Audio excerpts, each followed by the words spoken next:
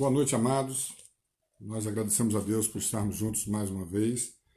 Hoje é domingo.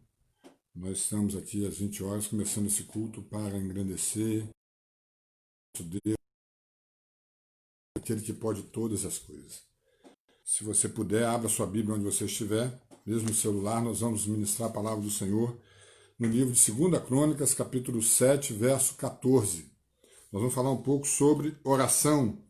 E eu gostaria que você participasse conosco, porque o tema que nós vamos usar para essa noite é a hora da mudança é agora. Se você tem passado por alguma dificuldade, claro, nós temos, eu falei isso pela manhã, se você tem passado por alguma tristeza, fim de sonho, expectativa frustrada, vamos conversar um pouco com Deus, ouça a palavra do Senhor para você nessa noite e abra o seu coração, deixa Deus falar com você. Diz assim a palavra do Senhor, 2 Crônicas 7,14. Se o meu povo, que se chama pelo meu nome, se humilhar e orar e me buscar e se converter dos seus maus caminhos, eu ouvirei dos céus, perdoarei os seus pecados e vou sarar a sua terra. Amém?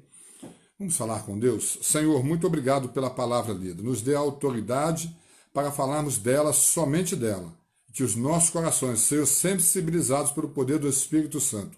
Aquele que nos ouve, que participa conosco online. Seja abençoado pelo Senhor em nome de Jesus. Amém. Que Deus então te abençoe. Irmão Paulo César, Deus te abençoe. Prazer estar conosco. Amados, tem uma ilustração que eu gosto muito. Ela fala sobre a história de um rei. Ela conta a história de um rei que ele saía para caçar com os seus súditos. E, irmão Mateus, Deus te abençoe, seja bem-vindo.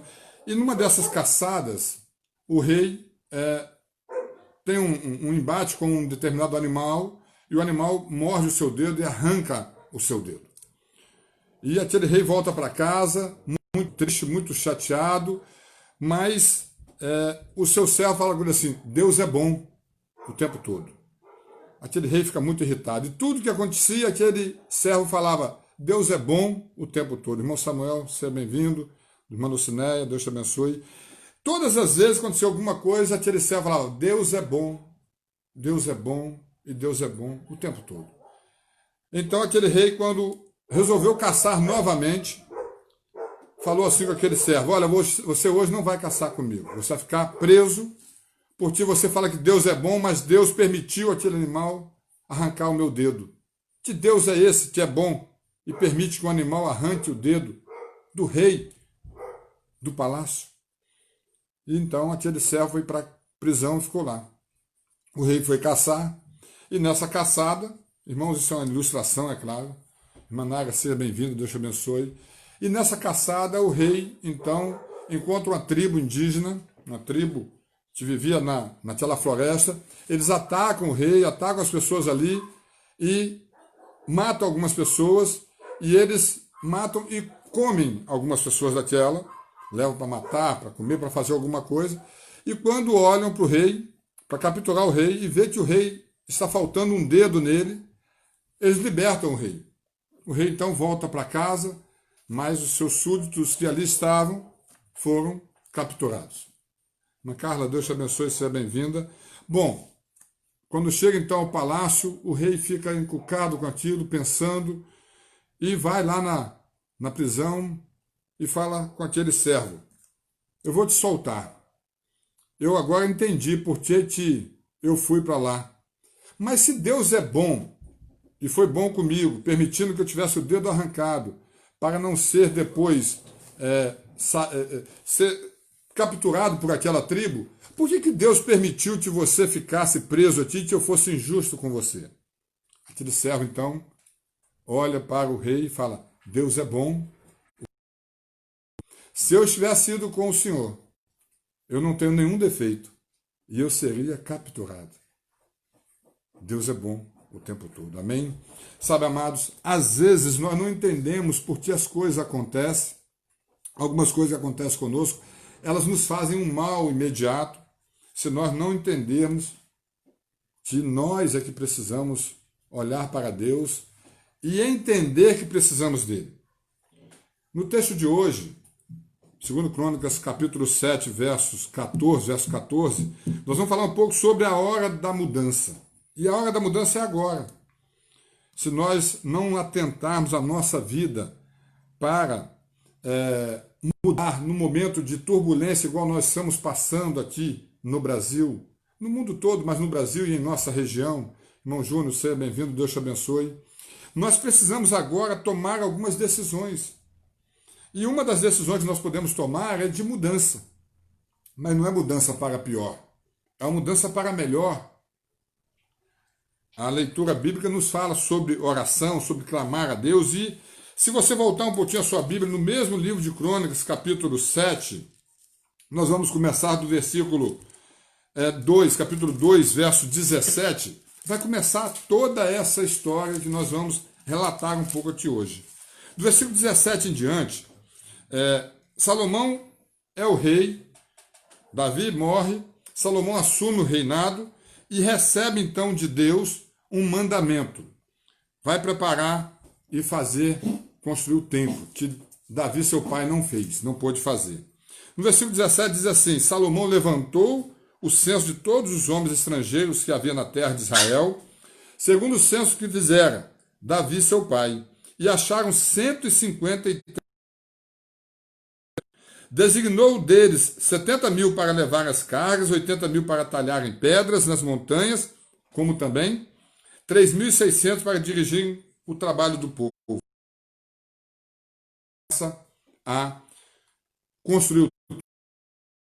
Deus te abençoe, seja bem-vinda. A partir daí, irmãos, a construção do templo de Jerusalém, Salomão tomando todas as atividades, todas as ações necessárias para que esse templo fosse construído. E chegamos então ao capítulo 5, verso 1, onde nós temos algumas coisas da conclusão do templo. Capítulo 5, verso 1 diz assim a palavra do Senhor: Assim se acabou toda a obra que fez o rei Salomão para a casa do Senhor. Irmã Lília Marinho, Deus te abençoe, seja bem-vinda, prazer estar conosco. E diz assim o texto: Então trouxe Salomão as coisas de Davi, seu pai havia dedicado a prata, o ouro, os utensílios, e os pôs entre os tesouros da casa de Deus. E no versículo 2 ele vai falar sobre a arca da aliança, que estava na cidade de Davi, Sião, onde Davi havia deixado lá, e trouxe essa arca para o templo. É uma segunda etapa dessa construção do templo, desse momento da história em que Salomão desenvolve a construção do templo para chegarmos até o versículo que nós acabamos de ler, o 7,14. No capítulo 6, verso de 1 a 11, aí começa a acontecer outra coisa. Salomão fala ao povo: terminou a obra, irmão Diné, Deus te abençoe, seja bem-vinda, uma alegria estarmos juntos. Minha sobrinha Laura, Deus te abençoe.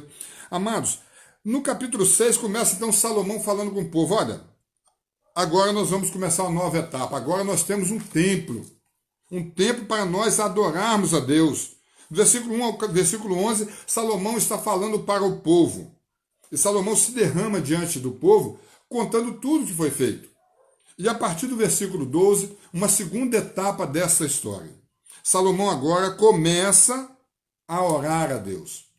E que oração é essa que Salomão começa a fazer? Irmãos, não podemos esquecer que o nosso texto base, 2 Crônicas 7,14, é Deus falando com Salomão. Aqui Salomão está falando com Deus. Ele começa a conversar com Deus e começa a colocar diante de Deus a vida dele. Versículo 13 ele vai falar assim: porque Salomão tinha feito uma tribuna de bronze de 5 côvados de comprimento, 5 de largura e 3 de altura, e a puseram no meio do pátio.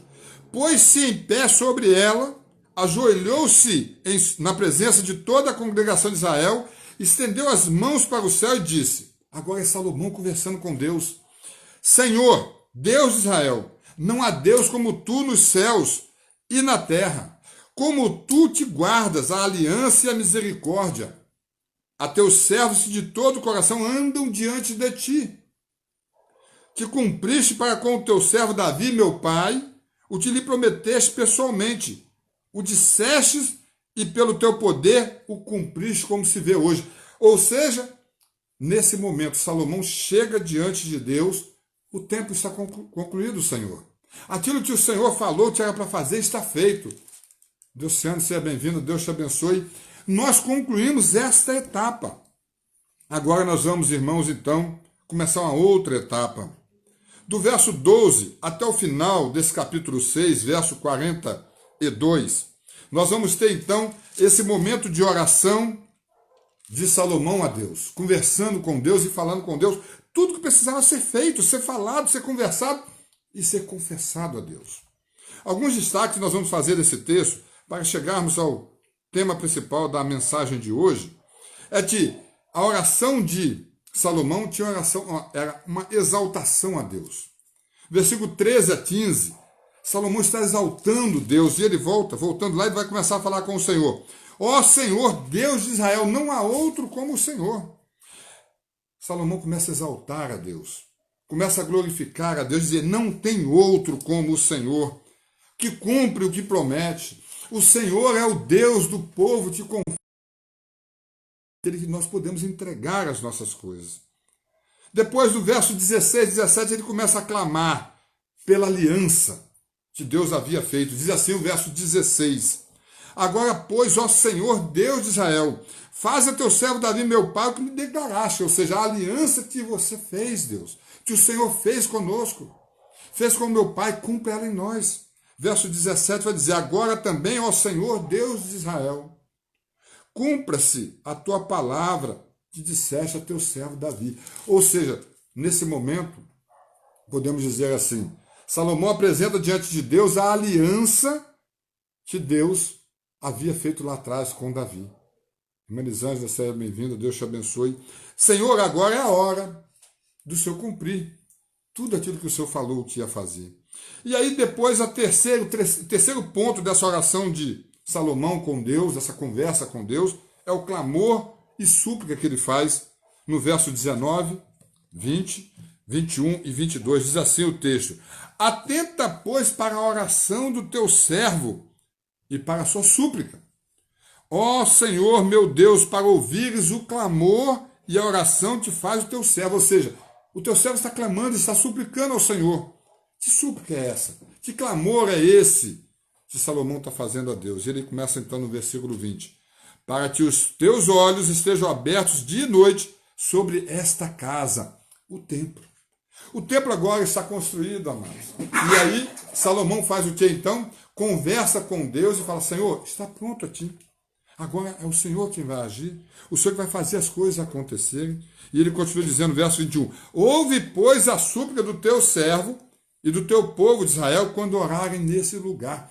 Ou seja, o povo vai vir para cá, Senhor, para falar com o Senhor, para receber do Senhor as ordenanças, receber os ensinamentos. O Senhor precisa falar com ele, falar conosco. E o Senhor precisa atuar. Verso 22.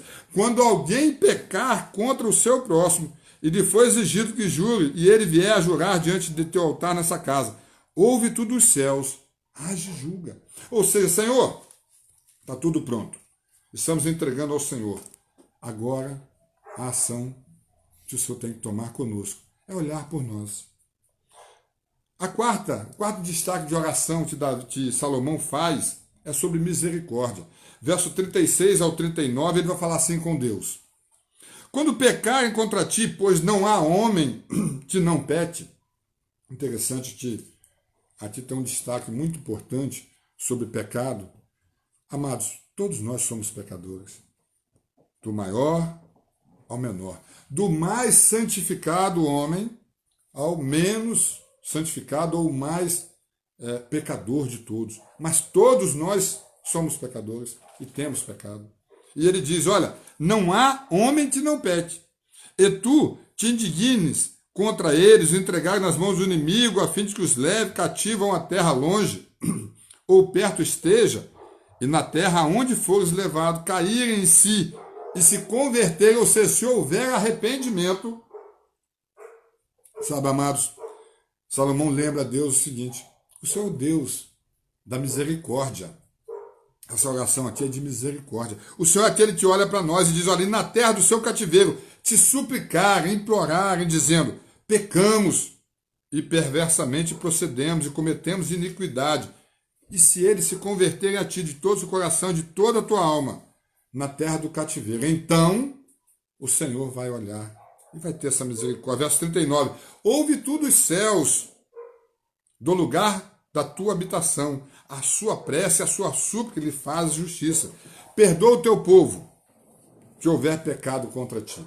Amados, então agora, Salomão conclui essa etapa de oração, em que ele clama a Deus, em que ele fala com Deus, em que ele conversa com Deus, e nós chegamos então à resposta de Deus às orações de Salomão. Nós precisamos então, amados, começar a olhar do versículo 22 até o versículo 30, versículo 12 até o versículo 22, é resposta de Deus, a aliança do Senhor com Salomão. Agora vai começar então o Senhor falar com Salomão. Estou te respondendo, aqui a resposta para você. E aí nós chegamos ao verso 14. Eu gostaria, amado, que nessa noite você tivesse uma interpretação desse texto. Para ti, está na hora de mudar. Por tudo que nós temos passado, por todas as dificuldades que nós temos vivido, por todos os problemas que nós estamos passando, nós precisamos mudar. E não há outro momento a não ser esse. Este é o momento da mudança. E o texto da resposta de Deus, então, a aliança de Deus com Salomão é esse. Se o meu povo, que se chama pelo meu nome, se humilhar e orar, e me buscar e se converter dos seus maus caminhos, então eu vou ouvir dos céus e vou perdoar. Ou seja, se houver mudança, e esse povo se arrepender, se entregar, Mandeus, Deus te abençoe, seja bem-vinda, se entregar diante de mim, eu vou então mudar. Assim como Deus chamou o povo para a aliança naquela época, Ele está chamando você, Ele está me chamando nesta noite para também fazer uma aliança com Ele agora. Ele está te chamando para você tomar uma decisão de mudança, para você começar a olhar para as coisas que têm acontecido à sua volta e entender que precisa mudar, precisa fazer diferente. Amados, Deus é perdoador. Deus é aquele que olha para nós, que cuida de nós, que trabalha a nossa vida. Mas você tem que querer mudar. A mudança, ela precisa começar em você. Por mais que seja de Deus, e Deus começa a trabalhar isso em você, mas se você não permitir, você não vai conseguir mudar. No capítulo 33 desse mesmo livro, 2 Crônicas, nós vemos a história de um dos piores reis de Israel. A Bíblia nos relata sobre os reis de Israel, e tivemos no começo o primeiro rei, Saul, reinou sobre todo Israel, depois Davi e depois Salomão. A partir de Salomão, a partir do terceiro rei, Roboão foi o quarto rei, a partir desse momento o reino ficou dividido. Judá, reino do sul, Israel, reino do norte. A partir desse momento, o texto, a história bíblica vai começar a nos mostrar reis terríveis. O primeiro deles, vamos destacar 4 reis breves. O primeiro, Roboão, um rei terrível. O povo foi falar com Roboão assim: ó rei, o seu pai nos apertou, usou o chicote, foi rígido conosco, Salomão. E ele diz então, dessa forma, ele vai perguntar aos seus sábios, e pergunta os mais idosos, ele fala: olha, você tem que afrouxar, tem que ser melhor, mais amável com o povo. Mas os mais jovens e inexperientes falam com ele assim: não, você tem que fazer o contrário, senão eles vão pegar o seu poder. E Roboão então fala com eles assim: se o meu pai usava chicote, eu vou usar bolas na ponta dos chicotes, vou maltratar mais ainda vocês. E Roboão foi um rei terrível. Depois de Roboão tivemos outros reis terríveis. Um deles, Manassés, um rei terrível, governou Judá 55 anos. Depois de Manassés, outro rei terrível, Acaz, um rei terrível, um rei que entregava os seus filhos para sacrifício, assim como Manassés. Uma coisa que era até odiada pelos inimigos do povo de Deus, por qualquer povo daquela época, eles não gostavam disso. Achavam um absurdo o rei entregar o seu filho para sacrifício, para ser queimado vivo, por exemplo.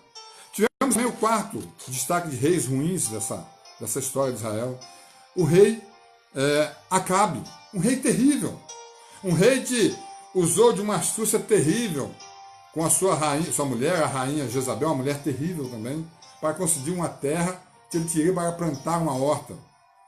E ali ele permitiu que a mulher dele fosse lá e mandasse enganosamente apedrejar um homem bom para poder possuir aquela terra sem nenhuma tranquilidade, nenhuma inquietação no coração. Aquele rei Acabe assumiu aquela terra. Irmão Carlos, seja bem-vindo. Maria Helena, Deus te abençoe.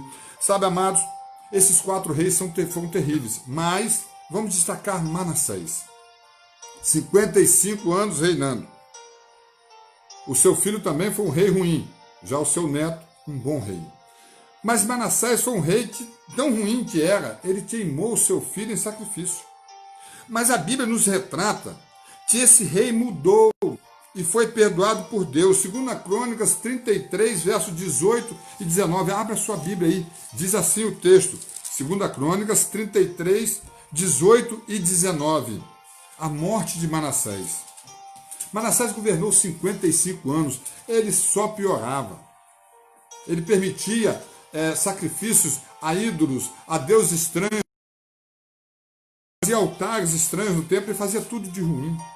É um rei terrível. E diz o texto, verso 18, Crônicas 33, 18. Quanto ao mais dos atos de Manassés e a oração que ele fez a Deus e a palavra dos videntes que lhe falaram no nome do Senhor, Deus de Israel, estes são escritos na história dos reis de Israel. A sua oração e como Deus se tornou favorável para com ele. Todo o seu pecado, sua transgressão e os lugares onde ele edificou altos, colocou postes ídolos e mais esculturas antes de se humilhar. Eis que tudo está na história dos videntes. Assim Manassés descansou. Mas voltando um pouquinho, quando Manassés está no cativeiro, no mesmo capítulo 33, ele se lembra que Deus era um Deus amável, um Deus de misericórdia. Aline, seja bem-vinda, Deus te abençoe. Versículo 10 em diante, irmão Leonardo, Deus te abençoe. Ele vai começar a conversar com Deus lá no cativeiro e vai se humilhar diante de Deus e pedir perdão a Deus. Sabe, amados, a hora da mudança é agora. Comece a olhar para a sua vida e veja o que você precisa mudar. Aonde há necessidade do agir de Deus na sua vida. O que você precisa fazer. Manassés se arrependeu, se entregou diante de Deus e Deus perdoou aquele rei terrível. Aquele rei malvado. Aquele rei entendeu que precisava mudar. Deus te abençoe, seja bem-vinda. Sabe, amados, será que agora não é um momento para mudança na sua vida? Será que agora não é o momento de você ouvir essa mensagem de Deus? 2 Crônicas 7,14, se humilhar, povo de Deus, escolhido por Deus, você foi feito por Deus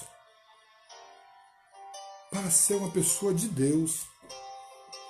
Se o meu povo se chama pelo meu nome, se humilhar e orar e me buscar e se converter dos seus maus caminhos, então eu ouvirei dos céus, perdoarei os seus pecados e vou sarar a sua terra. Mateus, Deus te abençoe. Não é a hora agora de nós começarmos a mudar? Lucas capítulo 1, verso 17, Jesus está ali sendo prometido como aquele que vai vir de uma virgem, de uma santa, uma virgem, um santo vindo de uma virgem, de uma mulher que ia ter aquele filho para ser o santo de Deus aqui na terra, o filho de Deus, Jesus, o que ia mudar, salvar pessoas. Então aquele momento da história ali, a palavra de Deus vai nos dizer que para Deus não há nada impossível. Uma mulher virgem ter um filho. Se pode uma mulher virgem ter um filho, e Jesus foi gerado assim, não vai ter condição para você que quer uma mudança? Para você que pode se humilhar diante de Deus? O que nós podemos dizer para você nesse momento e nesta noite é que Jesus está de braços abertos para você, para essa mudança. Assim como Deus falou com Salomão nesse texto, Deus está falando com você agora. Se humilha. Se coloca diante de Deus. clama a Ele, conversa um pouquinho com Ele sobre a sua vida. O que precisa mudar? A hora da mudança é agora. Talvez você não vai ter muitas outras oportunidades. Fale com Deus agora.